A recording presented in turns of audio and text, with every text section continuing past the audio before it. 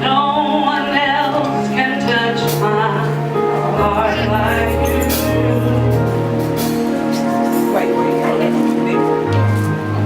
I can search for all eternity long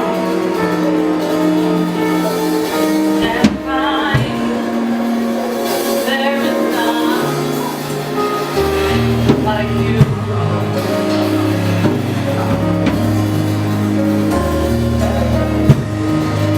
There is none like you.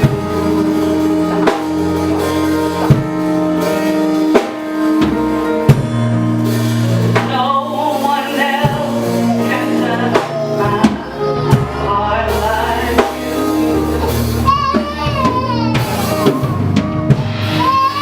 I can search for all eternity long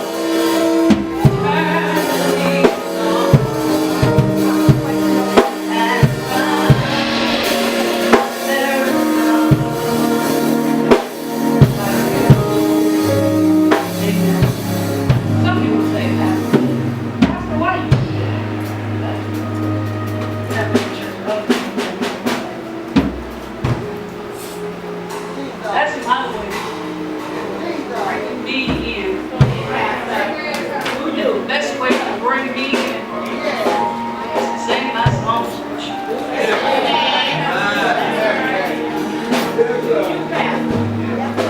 There is none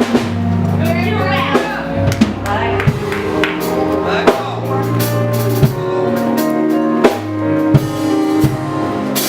no one else can touch my heart like you do. I can search for all eternity long and find there is none like you. Amen. If you have your Bibles, go with me to 1 Kings chapter 15. If I would have sung it like really, I wouldn't get to this, so I just had to sing it like that. If I sang that a little heavy, might be in trouble. That'd be awesome. 1 Kings chapter number 15. We're going to begin reading at verse number 9. 1 Kings chapter 15, beginning at verse number 5. And the word of God says, and in the 20th year of Jeroboam, king of Israel, reigned Asa over Judah. And 41 years reigned he in Jerusalem. And his mother's name was Maachah, the daughter of Abishalom. And Asa did that which was right in the eyes of the Lord, as did David his father. And he took away the Sodomites out of the land and removed all the idols that his fathers had made. And also Maachah his mother, even her he removed from being queen, because she had made an idol in a grove. And Asa destroyed her idol and burned it by the brook Kidron. But the high places were not removed.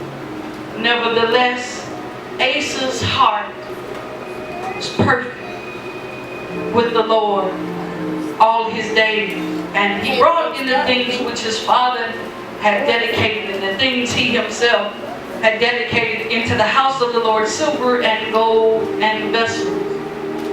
Verse 16 says, and there was a war between Asa and Baasha, king of Israel, all their days. And Baasha, king of Israel, went up against Judah and built Ramah, that he might not suffer any to go out or to come in to Asa, king of Judah. Then Asa took all the silver and the gold that were left in the treasures of the house of the Lord and the treasures of the king's house, and delivered them into the hand of his servant. And King Asa sent them to Benadad, the son of Tabermon, the son of Hazael, king of Syria, that dwelt at Damascus, saying, there is a league between me and thee, and between your father and my father. Behold, I have sent unto thee a present of silver and gold. Come and break thy league with Baasha, king of Israel, that he may depart from me. Verse 20 says, so Ben-hadad hearkened to King Asa, and sent the captains of the host, which he had against the cities of Israel, and smote Ijon, and Dan, and Abel Bethmachah, and Sinneroth, which with all the land of Naphtali. Please go with me to 2 Chronicles chapter 16 and verse 7. 2 Chronicles 16. And at that time, Hananiah the seer came to Asa, king of Judah, and said unto him, because you have relied on the king of Syria, and not relied on the Lord your God, therefore is the host of the king of Syria escaped out of thine hand. 2 Chronicles chapter 16 verse 8 says, were not the Ethiopians and the Lubims a huge host, with very many chariots and horsemen? Yet, because thou didst rely on the Lord, he delivered them into your hand. For the eyes of the Lord run to and fro throughout the whole earth to show himself strong in behalf of them whose heart is perfect towards him.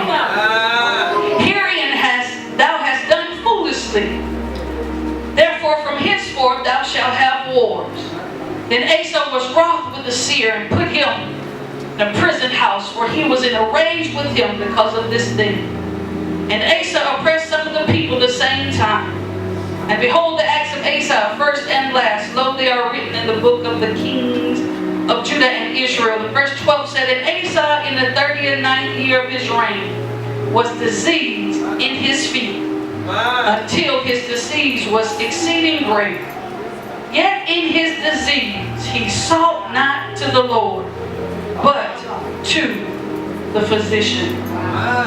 People of God, if I had to use for a subject this morning to appease you momentarily, it would be an imperfect me. An imperfect me. For those who are taking notes, I would like to provide you with a brief definition of imperfect. It means faulty or incomplete. Faulty or incomplete. The simple version of imperfect simply is not perfect. In the grammatical sense of the word imperfect, it denotes a past action in progress that has not been completed at the time in question. It denotes a past action in progress that has not been completed at the time in question. Meaning, in the grammatical sense, there's a process that has began that has not yet been completed at the time of this discussion. Yes.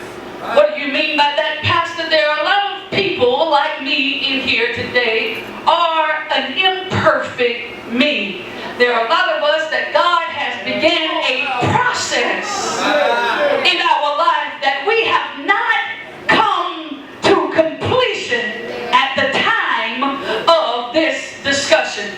Anybody other than me can say, Pastor, I don't care how people think I have accomplished a lot in my life. I don't care what they see in me. There's a part of me that I must acknowledge that is still